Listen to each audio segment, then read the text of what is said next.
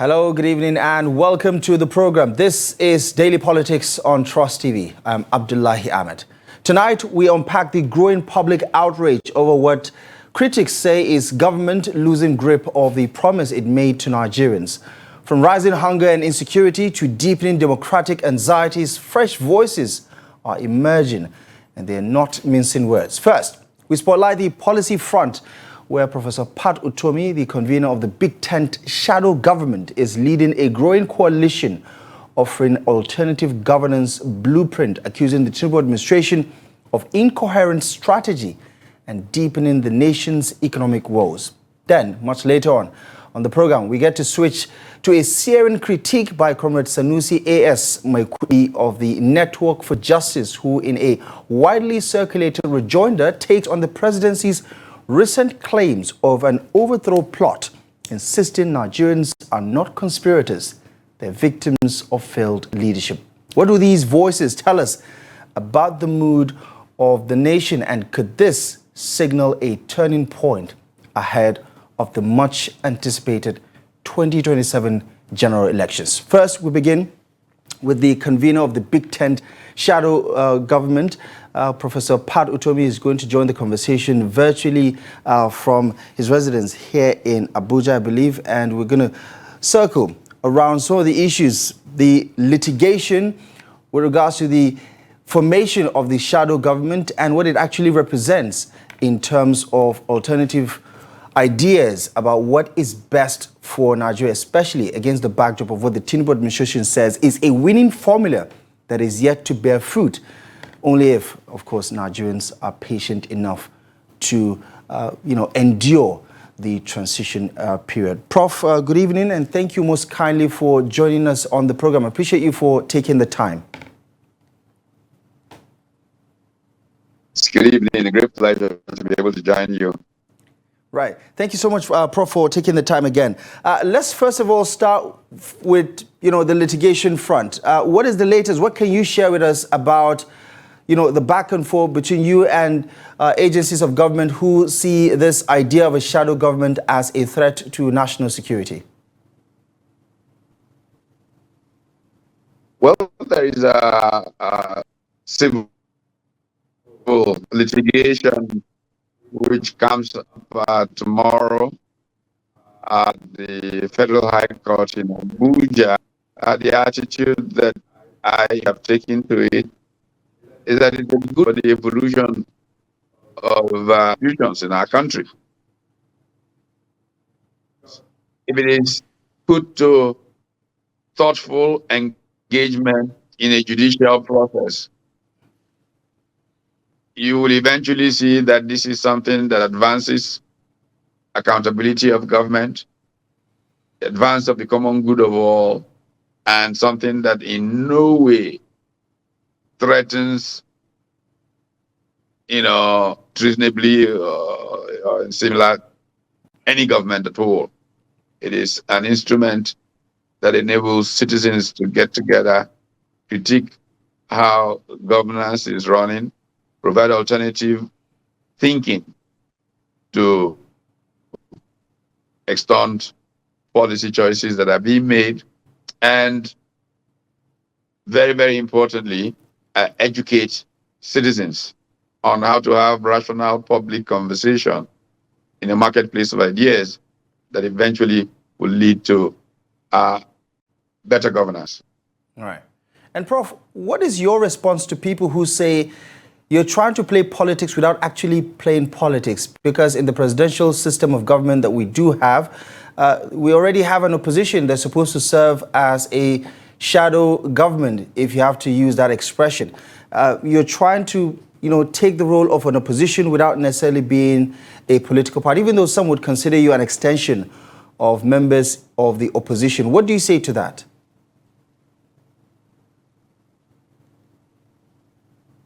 By the way, the shadow government has, the shadow team has members drawn from several opposition parties. There are people from ADC in it. There are people from Labour in it. There are people even from SDP in it. So it's an agglomeration of opposition party people. It is not outside of what we do is also trying to bring in more people from civil society. And this is in accordance with an approach to development in Africa that was championed in 1985 by a conference in Nairobi that was sponsored by the Aga Khan Foundation, which looked at the tripartite approach to government, where the public sector, the private sector, and private development agencies, as they were then called, but more like the NGO or social enterprise sector, collaboratively steer the ship of state forward, because there are some things that are better offered by NGOs. For example, schools. There are sometimes better proprietors of schools than government and the private sector. So their development role can be a very significant one in that space. There are things like production of material goods, which are better offered by the private sector. And there are things that the public sector does better, like superintending the use of resources that are scarce, like, say, the commons, the use of common grazing fields and stuff like that. The public sector can better probably handle that. So a tripartite approach to government sees all of these three sectors in concert as partners. And this is why people from civil society have been brought into this, if you will, coalition that includes several political parties, people from the private sector, and people from civil society. Right. And Prof, let's talk a little bit about alignment. Is the shadow government, for all comers who are people in the opposition side of our politics, or people who are in civil society, or just every other Nigerian who is concerned about the welfare and the well-being of this country? And how do you decide, looking at how fragmented the top three opposition parties are, whether you're talking about PDP or Labour Party or the NNPP, as a matter of fact, or even the SDP that is emerging as another voice in the opposition ranks? How do you decide which segment or faction of those political parties, align with what you're trying to achieve?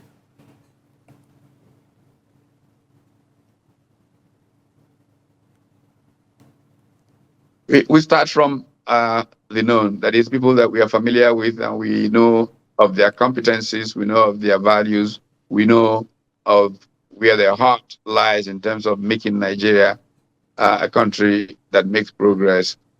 People who are disposed to sacrificial giving of themselves for the advance of the common good. And then, of course, we locate them in the various political parties that they may belong to.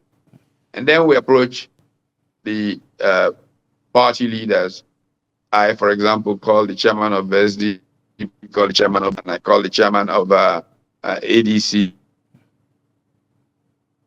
And I asked all of them to please offer us names of people from their teams that they thought could add value to a shadow cabinet. And let's talk about, Prof, whether this, to some, especially people in government, I'm sure you've heard this one too many times, that this is going to end up becoming an academic exercise. It doesn't have any sort of ecosystem that would allow it to thrive in our governance system. What is your response to people who think that this is purely an academic exercise that's not going to translate to much in the long term?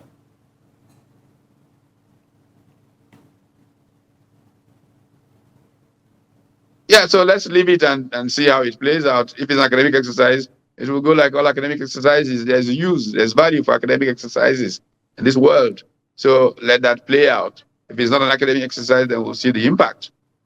If it is an academic exercise, we'll still see the value in terms of... so no need to try and muzzle it. Just let the flowers bloom. And then if they really are impactful, the people will see it.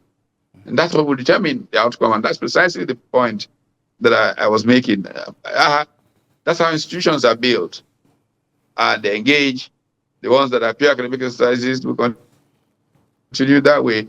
The ones that have real impact in society and helps transform the arena of policy and the direction and thrust of society and how governments are held accountable, those ones will last as such also.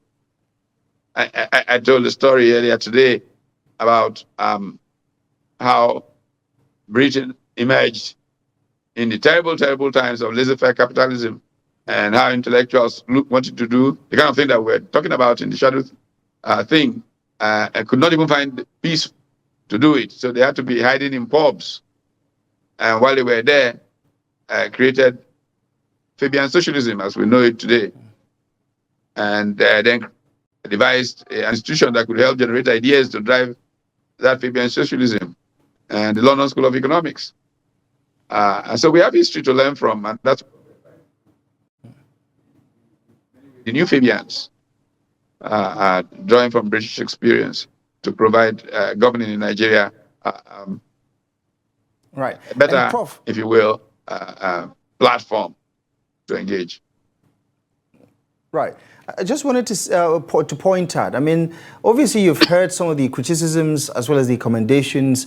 Nigerians are always divided about some of these types of developments. But there are some who think that the main objective is to double down on the criticism of the Tinubu administration. So is this whole idea of a shadow cabinet or government designed specifically to challenge the Tinubu administration, or is there a long-term plan here for it to become a permanent fixture in our polity?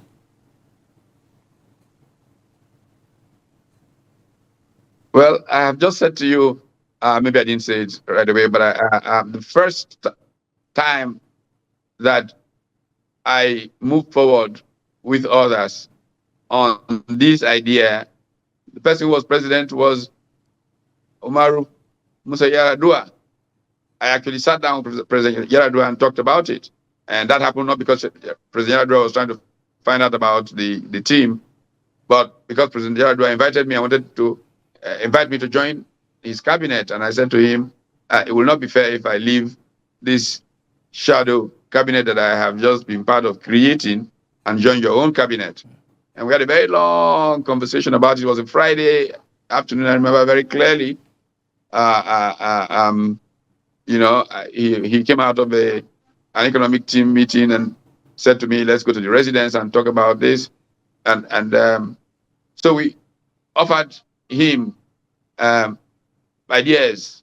And I said to him, look, feel free to call me. We'll offer you alternative positions on whatever it is that's coming out of your own cabinet. And he said to me, no, you will do more if you were inside. So in the end, we kind of settled. The story is there. One can read it. I actually wrote about it in the book. And so this idea goes back many, many years. As I, again, in trying to explain this not being any gang up against Tinubu, I have made the point somewhere that the first shadow cabinet we put together, the minister or shadow person for health was Leke Piton, who was commissioner for health in Tinubu's government in Lagos. I mentioned Leke Piton not because there was anything particular, but because I've not seen Leke Piton in perhaps a decade. Dr. Piton, I don't know where he is, but he served for several years in our group, shadowing health for us. Dr. Peter Agada, who is the shadow person for infrastructure and housing, was at the retreat we just finished, has been playing that role within our group for more than 14 years. So it shows you that this has been around, and so it cannot be a gang up against one current incumbent who's been there for 2 years. Yeah. And Prof, just give us an insight into some of those things that you have to report to Nigerians, so to say, about the policy missteps or where this divergence apparently exists between what you think the administration should be doing in terms of the economy, in terms of all the other structural issues there. What can you report to Nigerians? What are some of your findings so far about the reforms undertaken Yeah. by the Tinubu administration? That's such a very important question. One of the biggest challenges that we have is that we don't have a clear national strategy. The biggest thing afflicting Nigeria right now is that poverty is choking us. A very recent report suggests that 75% of Nigerians who live in rural areas are actually in chronic poverty. How do you end chronic poverty? Well, you end it for people who live in rural areas by an approach to agriculture, which means that you have to deal with the security issues. If you, for example, were to get community policing, on top of it, state policing, and maybe forest rangers on top of it, because you need to really fortify those areas.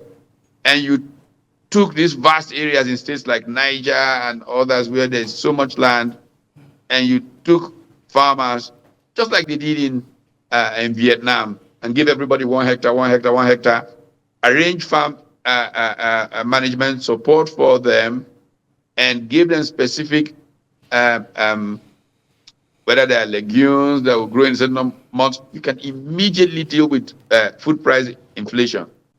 As you're producing, you take the value chains from those agricultural outputs, and then you create industrial production within clusters where you have affected education curriculum to facilitate the value chains you want to grow.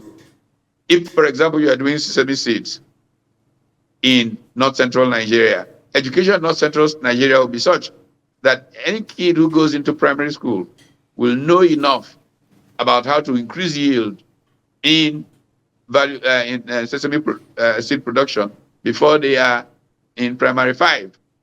And so output increases, their capacity to understand processing, you add significant value on those value chains, and in a short period of time, sesame seed brings more foreign exchange than crude oil brings to Nigeria today. And every part of Nigeria has an endowment. So you go to Northwest, you look at what the factor endowments of Northwest are, and you do the value chain. Before you know it, there are millions of young Nigerians employed and not available to be recruited into these insecurity things that are going on. And you will have a happy, prosperous competing. And you won't have countries doing all kinds of visa things to prevent Nigerians from entering, because Nigerians are happy not to go there. They are prospering in their own country. These are the challenges that come from our not having a clear national strategy right now.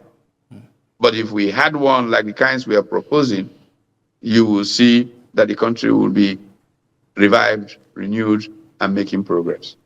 And Prof, what is your response if the administration says, well, Rome wasn't built in a day. This is a work in progress. We're asking Nigerians to be patient. Do you believe that there is any promise or potential in some of the reforms that the administration has already embarked upon?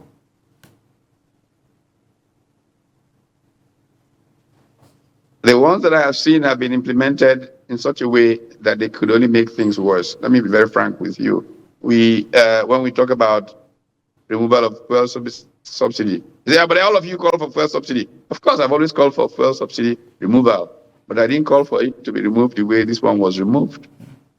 Look, when you make policy, you look at consequence, you look at response to consequence, you look at the problems will create long term. See, the guys in Washington who you sometimes want to impress want you to remove subsidy, because all they care about is when the person brings in $10 from Washington, what does he get out quickly?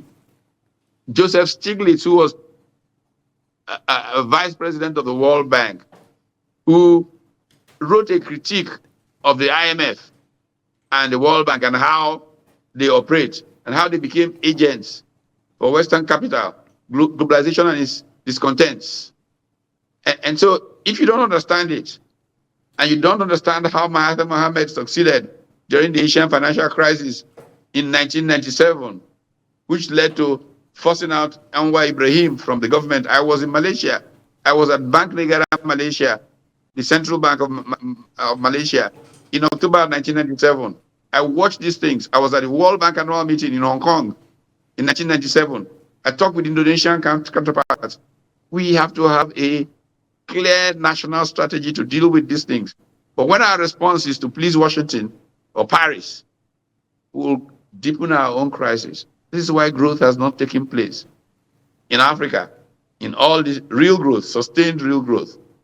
And so you get books written by frustrated former experts who ask why growth is slow. William Easterly's book,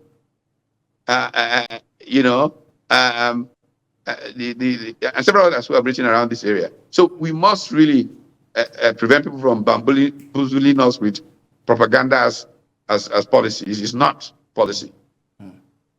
Okay? Right. And Prof, is the main objective here to compare notes and share alternative ideas about the best foot forward, or is your goal just to, be the main critic of the administration in terms of what they're not getting right?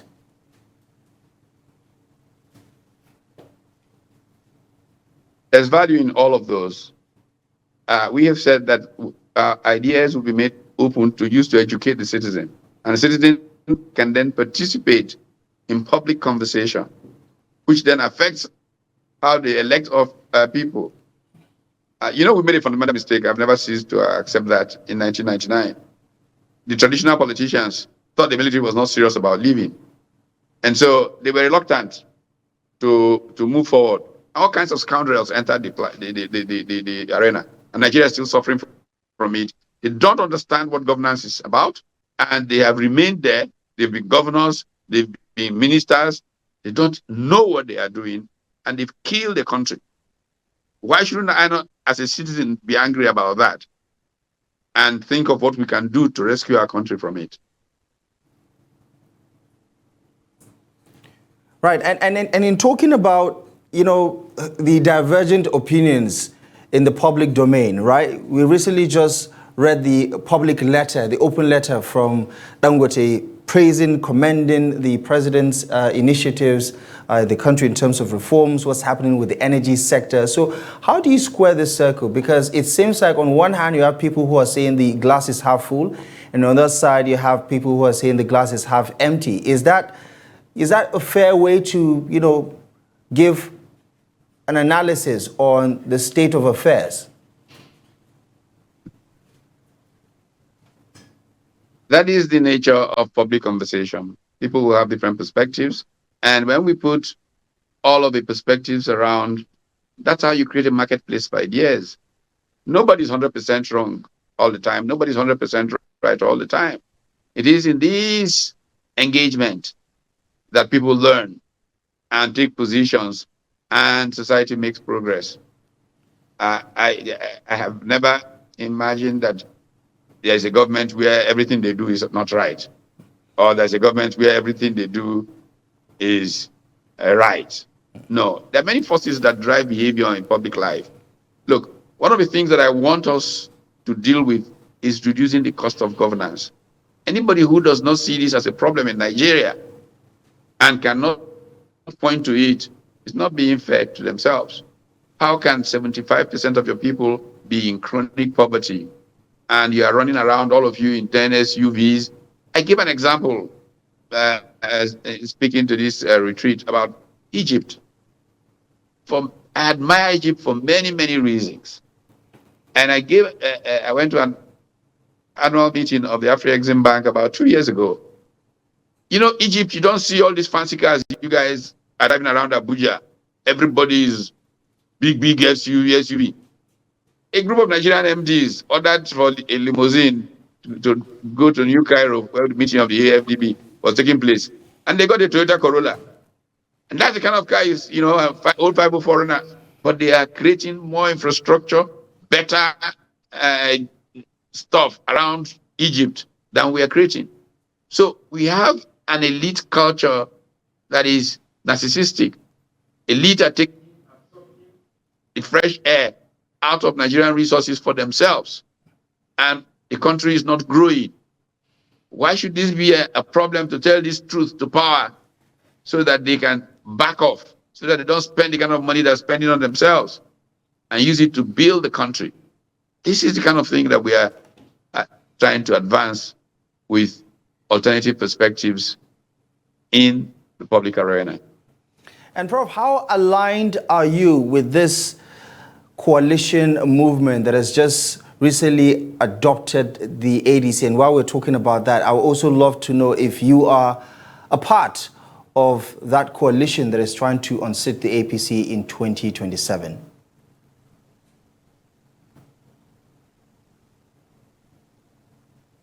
We are aligned with all good initiatives to bring politicians together to create a bigger, broader space to advance quality leadership in the country. I think that it's important, it is good. I'm not going into the conversation of perfection. Is it people of yesterday or tomorrow? I would like to see more. I don't want it to be the only one. My great critique is that we need new political parties in Nigeria with brand new values, brand new ideas for solving problems, new party plans, and new people. I want to see younger people come into public life. So if this new coalition recognizes that they are doing a transition duty and say, okay, we owe the country something, we didn't do our best when we were there, but young people come, let's show you where we made mistakes, and you are the front, go ahead. We will give you the back in that will make you be more effective than we were when it was our time. That would be a fantastic thing. And I would cheer that to my grave.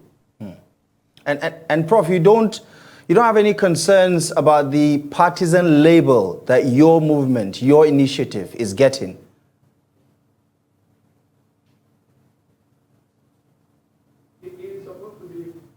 Even though we are not necessarily a party, it's supposed to be. That is the whole idea of opposition. That you have one group, you have another group, and there are contestations of ideas. Why is it a democracy if we can't have partisan disputes? What we have done is reduce this country to insults instead of talking. And so we just have people, what did you do last time? Your father, your mother. When people are having intelligent conversations in other parts of the world, what's wrong with us? Why can't we build a serious country where we disagree, seriously disagree on issues, partisan, non-partisan, and resolve to do something in the best interest of our country? It is possible. Look, I give an example all the time, and I don't know why it seems to be difficult today. I have a friend called Tomi Davis. His father was the famous H.O. Davis. H.O. Davis and Dr. Nnamdi Azikiwe were political opponents and very good friends. In the evenings, after they've gone campaigning in the morning in different directions, Zeke dries up, picks up H.O., they go and play tennis, drink, and he drops him off. The following morning, they head off in different directions to campaign. Why is it not so possible today?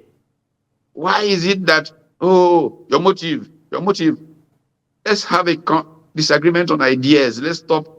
Is it partisan, non-partisan? Oh, where are you coming from? What is your motive? My motive is a better country, please. Right. And Prof, on that particular note, a lot of people have noted with some level of dissatisfaction or disappointment that, the conversation has been personal, a lot of personal attacks. The issues have been jettisoned to one side, and it's always these ad hominems about the person's track record and all of that. Very sadly. Yeah, but also, there's also another point about how some Nigerians at least saying that all the main sides, the main sides in the conversation, whether it's the APC administration or the coalition, are giving Nigerians reasons to not vote the other, and not necessarily reasons why they have a superior argument in terms of fixing the economy, in terms of fixing structural issues like unemployment, poverty, healthcare, education, and all the rest. How do we make the issues the center of the conversation?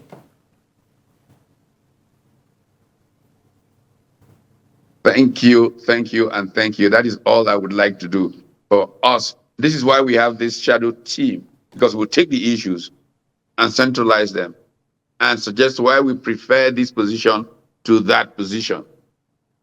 Doesn't matter whether the person who supports the other position is white, green, laughs in the morning, sleeps in the evening. Doesn't really matter. What are the issues and which are the superior ones? Jürgen Habermas, the German contemporary philosopher, is considered the philosopher of the public space. And his definition of modernity and democracy is the point of rational public conversation, which is what we're not having in Nigeria. We can have rational public conversation, and it would not matter. People will then say, does party A go along these rational conclusions we've reached or against it? And they will choose between party A and party B. Look, I, as a person, I'm running for nothing. I will not accept any appointment or anything. And so it is just the common good. How can we advance it? That's all that motivates me. But some people think that if you insult enough, people like me will walk away, which is what they want to achieve. And then they can do anything they like with the country. Are they ashamed of where the country is from where we used to be? Look at where we are. People walk with a swag. That's such a shame. And if you have to name a couple of things that you think is at stake come 2027, what would they be? What is at stake at on election day?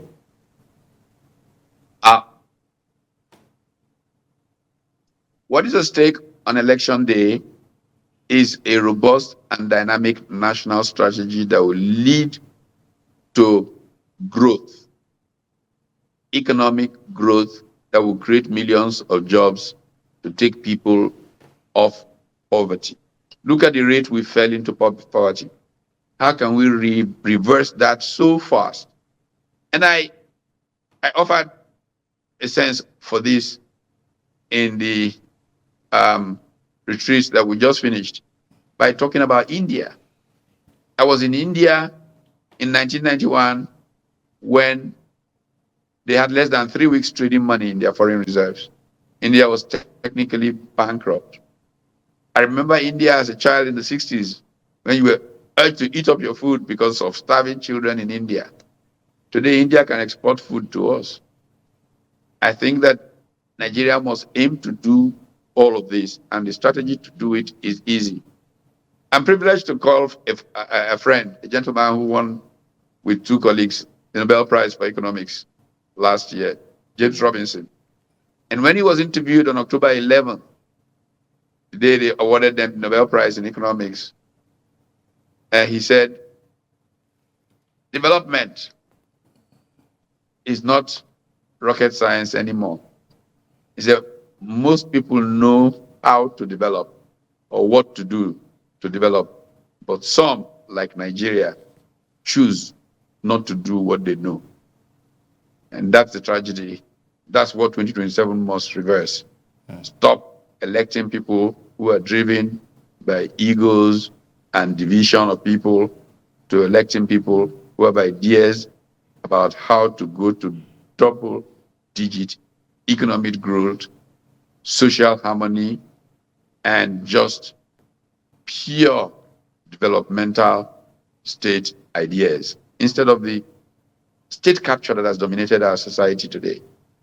This is not acceptable, and we must change it. Right. And Prof, just before we wrap things up, I know you maybe have 1 or 2 people in government that you're quite familiar with, maybe you even interact with. What is your reading of their body language? Are they listening, or are these ideas that you're espousing just hitting a wall?